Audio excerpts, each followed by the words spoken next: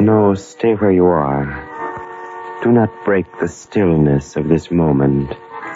For this is a time of mystery. A time when imagination is free and moves forward swiftly, silently.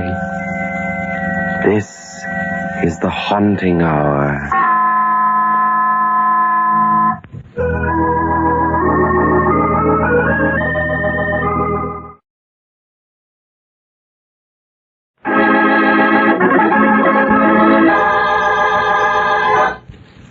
Breakdown.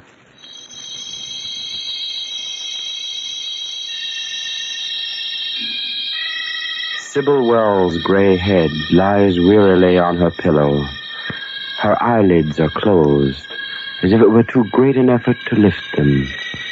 She can hear Dr. Adams and her nurse talking, but they seem distant, remote, much farther away than the thoughts in her own brain. She'll be all right now, nurse. Just give her this every hour. Very well, Dr. Adams. It's amazing she's pulled through, isn't it? I've been ill. Very ill. For how long, I could not even guess. It was a close call, but then she's always had a good constitution. I've known her for many years. Since I was 20. Since before it happened to Father. No, it's not her physical health that worries me. She's always been high-strung, nervous, like her father was. Before, well, I suppose you know. Not my physical health. What does he mean? Why must he tell her that Father died in an insane asylum? Poor Mr. Courtney. His family had to commit him. Mad as a March hare, of course. But each time I'd visit his cell, he'd plead that he was sane. Yes, he'd plead he was sane. And his eyes would be wild and desperate. And dead of hope. Sybil, I'm not mad. You're the only one who loves me, who cares if I live or die.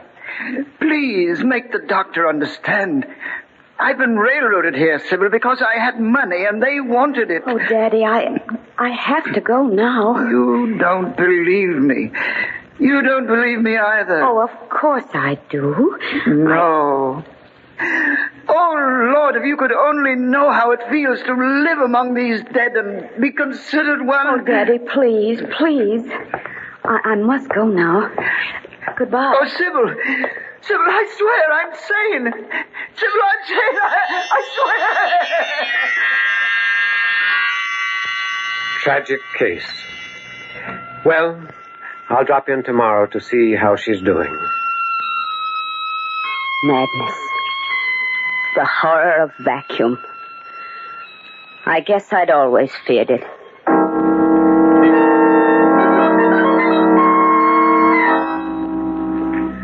I was sitting up in bed now. Except for the weakness, I could hardly recall that I'd been ill. Good morning, Nurse Kern. Good morning, Mrs. Wells. I'll take that breakfast tray. And I think you're well enough to have the morning paper if you wish. Oh, thank you, thank you. I haven't seen one for weeks. I settled back against the pillows and began to read. Earthquake, followed by fire, was yesterday for 33 miles along the shore. 14 people were many more injured. Authorities have the damage $4 million. It didn't make sense. I read another sentence, and then a different article. What was wrong with me? Oh, of course, my eyes. I'd been ill for so long, that's all it was. Nurse! Mrs. Curran! Yes, Mrs. Wells? Nurse, will you please read this newspaper to me? Why, of course. Is anything wrong? You look so... Oh, no, everything's fine. It's just my eyes. I see. Well, what shall I read? This one. Earthquake followed by fire was yesterday for 33 miles. She read on. Her face was grave, and slightly bored. She showed no surprise, no puzzlement. The words made sense to her.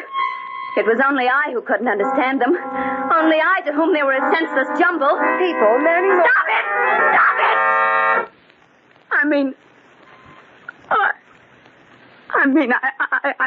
I don't want to hear anymore. Please, just leave me alone, Nurse Curran. But, Mrs. Wells... Leave me alone, I tell you! Leave me alone! That was the first discrepancy in my mind.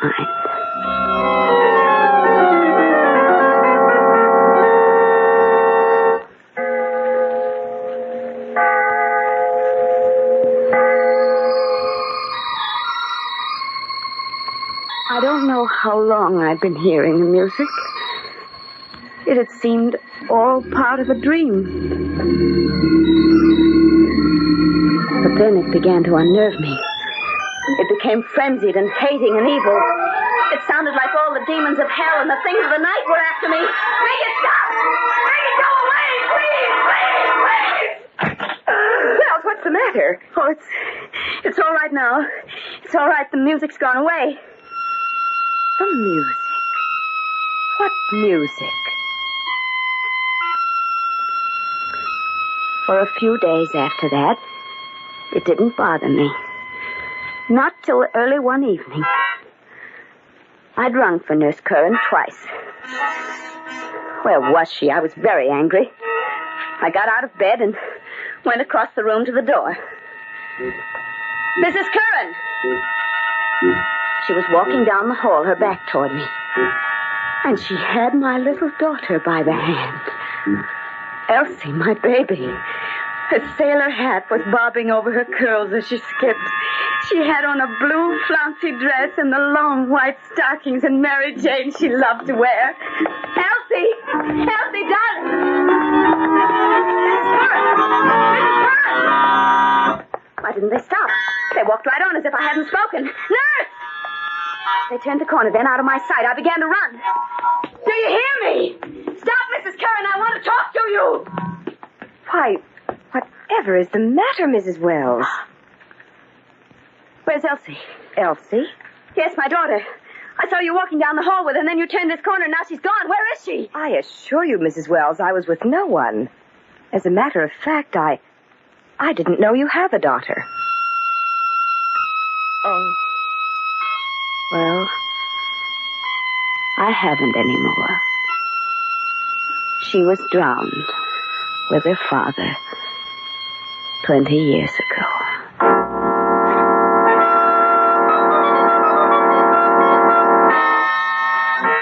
I knew I had to be more cautious after that.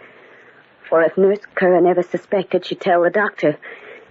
And I'd seen enough of those walls when I was a girl.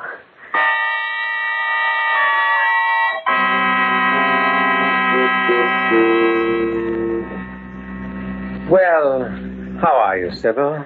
How does it feel to be downstairs for dinner? Oh, if you're ready to eat, I'll start serving. Why, Mrs. Curran, you needn't do that. Where's Mary? Well, there wasn't much for her to do with you ill, Mrs. Wells, so when she asked to visit her sister for a few weeks, I didn't want to disturb you with details. Oh, I see.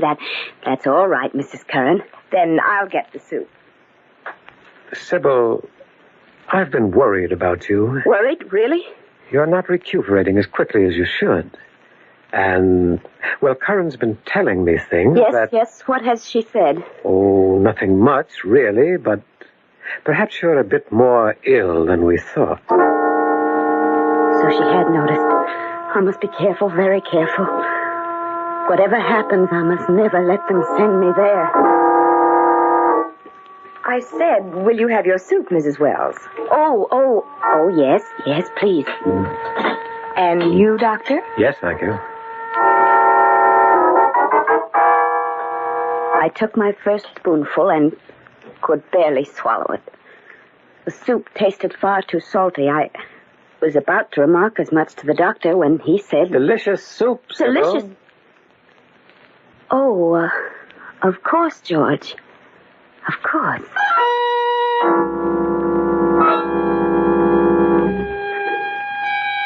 Sybil, What's wrong? You've hardly touched a thing all through dinner. Well, I guess I'm just not very hungry. Salt. Everything tasted of salt. First my sight, then my hearing, and now even this sense was playing me false. How long could I go on hiding what was happening to me? I think I should have resigned myself to insanity. If the very next afternoon I hadn't wakened early from my nap. I wanted some warm milk, and when Mrs. Curran didn't answer my ring, I went down to the kitchen myself. Nurse Curran, is that you? Oh, it was a child. A little blonde girl who greatly resembled my daughter. She was playing with a toy tea set. Mother isn't here right now. She's gone to the village for some groceries. Would you like to have tea with me? It's only make-believe, of course. Mrs. Curran is your mother? Yes, I'm Jean. She never told me she had a daughter, nor that the child was living in my house with her. Here's your tea. Sugar or cream? Oh, I forgot. You only take salt in your food. I only take salt.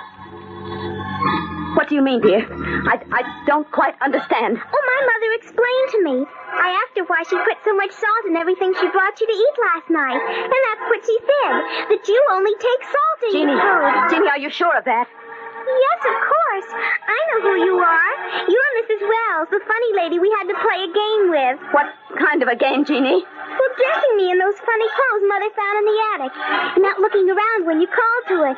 And then, when we turned the corner, I had to pop right into the linen closet and not make a sound until Mother called. It was like hide and seek. Only you didn't find me.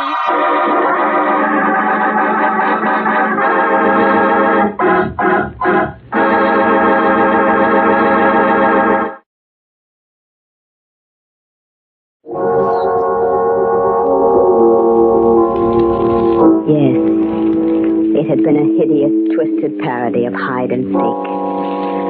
But at last I knew. I was not going mad. I had been terrified, blundering in the dark against an unknown opponent.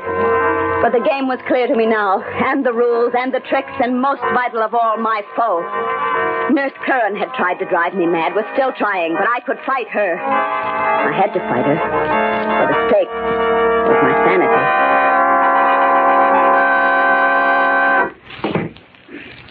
Mommy now. Now, Jeannie, listen to me. Your mother mustn't know I was down here talking to you. Why, Mrs. Wells? Why shouldn't I tell her? Why, Mrs. Wells? Why shouldn't I tell her? Well, it's a game, Jeannie. It's like that hide and seek we played, remember? Please promise you won't say anything about my seeing you this afternoon. I promise. I promise, Mrs. Wells.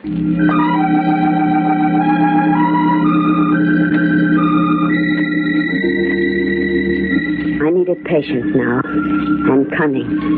Mrs. Curran was trying to destroy my reason. I couldn't let her succeed, but I needed definite evidence. And then one day, a letter came. A letter? From me, Mrs. Curran? Yes, it's postmarked New York City. Well, now, who would be writing me from there?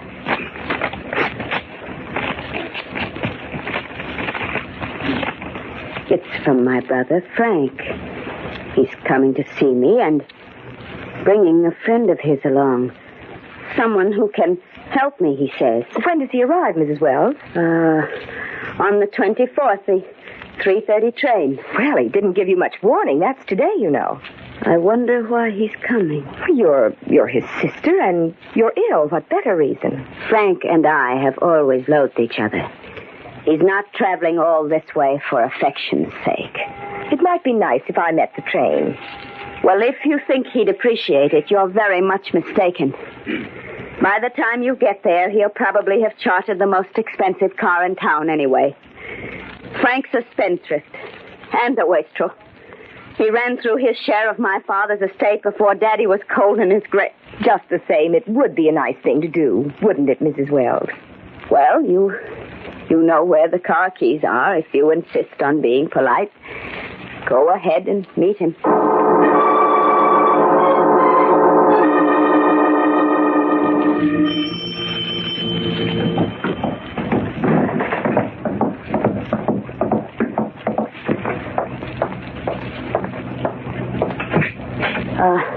Yes? Special delivery for Mrs. Agnes Curran. That's your nurse, ain't it, Miss Wells? Oh, yes, it is. I'll take it, Postman. She's not in right now. I'm awfully sorry this is late, ma'am. But you see, one of our sorters put it in the regular mail route bag, and I only just discovered it. Oh, I don't suppose there's any great harm done. Oh, well, thank you. I hope not. Well, goodbye, ma'am. Goodbye. I shut the door quickly and stood turning the letter over in my hands, for I had suddenly recognized the writing on the envelope. It was Frank's. And how could he know the name of my private nurse unless they knew each other? George hadn't corresponded with him, I was sure. He was aware of the hatred between us. I quickly ripped the envelope. Dear Agnes, just a line to let you know of Jean's safe arrival. I think your fears that Sybil saw her and suspects you are groundless, but perhaps it is safest this way. I feel sure that by this time my dear sister has passed, or at any rate is near, the breaking point. I'm coming down next Thursday and will bring a specialist with me. I am certain that when she tells him of her hallucinations, shall we call them, he will have no hesitancy in declaring her insane. There it was. The whole fiendish scheme.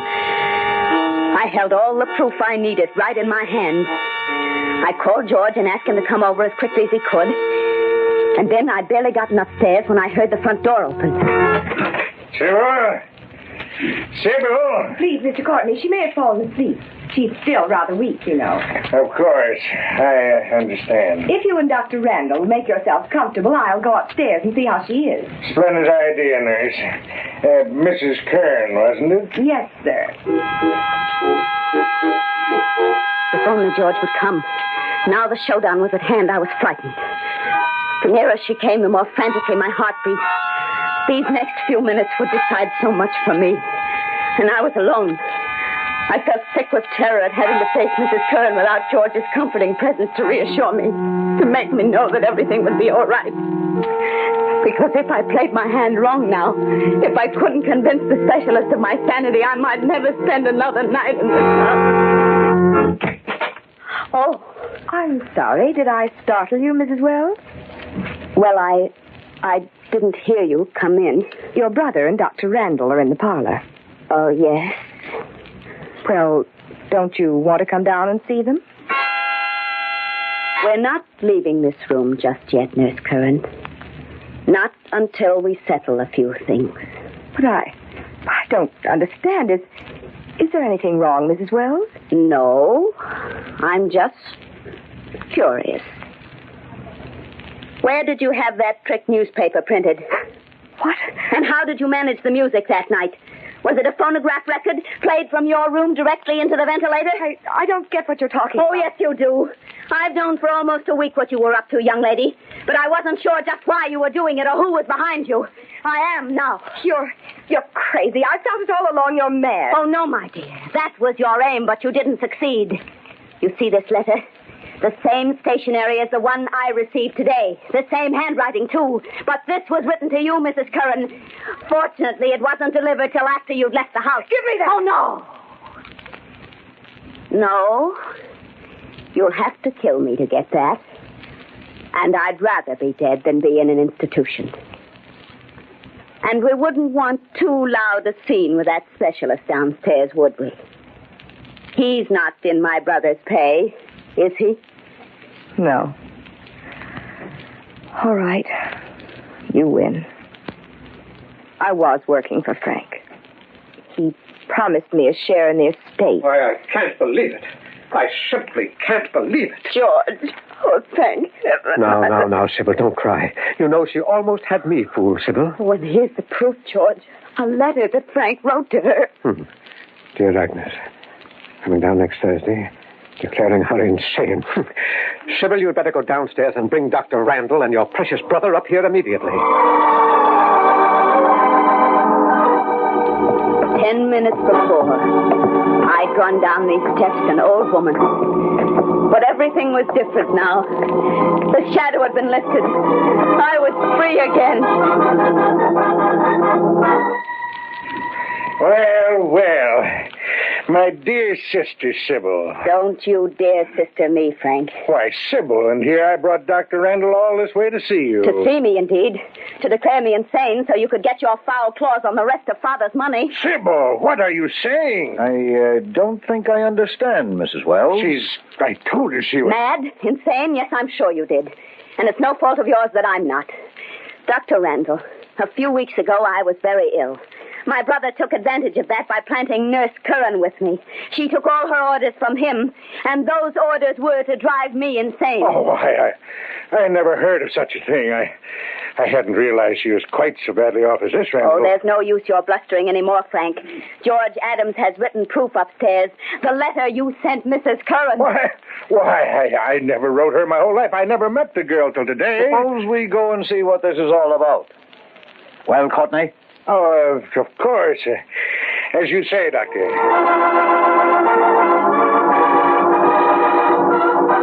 Frank's face was gray. Perspiration beaded his brow as we went back up to my bedroom. George and Mrs. Curran were standing by the window quietly when I opened the door.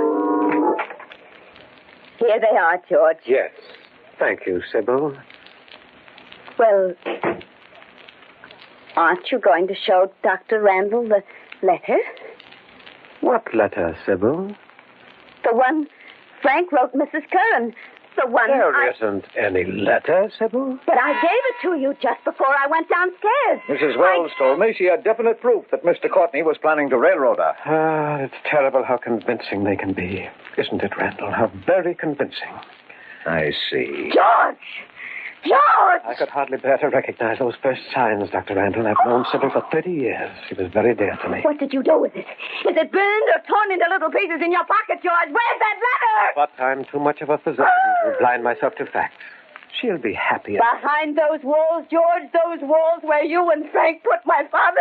Come, Mrs. Wells, you'd better come with me. No, you can't believe them. They're lying. No, please, no. You'd better take her right to the sanitarium. It's not safe to keep her here another day. Yes, I'm afraid you're right. I'll help you with her. We can use my car. Don't touch me, George. Don't you come near me. Get your hands off me. Adams, let her go. You seem to excite her unduly. Now, please, Mrs. Wells, take my arm. You know we want to do what is best for you. Dr. Randall, please, I swear this on my eternal soul. There was a letter. It was special delivery written by my brother Frank to Nurse Curran. I wish I could believe you, Mrs. Wells. Watch your step, Sybil. Don't be so solicitous, George. I'd rather you'd kill me than betray me as you have. If there were one shred of evidence on your side, Mrs. Wells, one slightest bit of proof. Oh, say, I beg your pardon, Miss Wells. I had to come all the way back again. I forgot to have you sign this slip on that special delivery for Mrs. Curran. Adams, give me those car keys. And turn around. We're going back into that house. I think we've got a few things to discuss.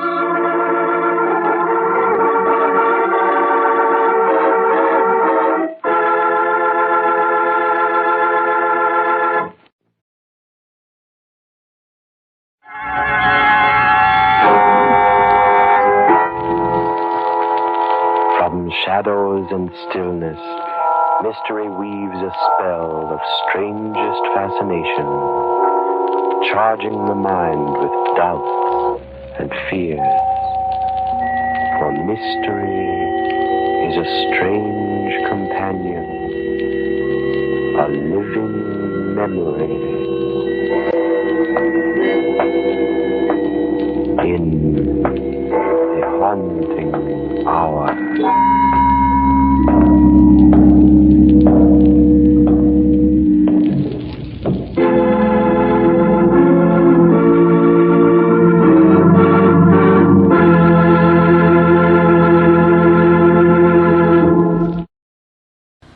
Hey, we want to say thanks for tuning in. Please like and subscribe so you don't miss any. You got a lot more of these up there. Go check them out under the playlist. Leave us a comment. Tell us what you want to see, what you think, and we'll see you next time.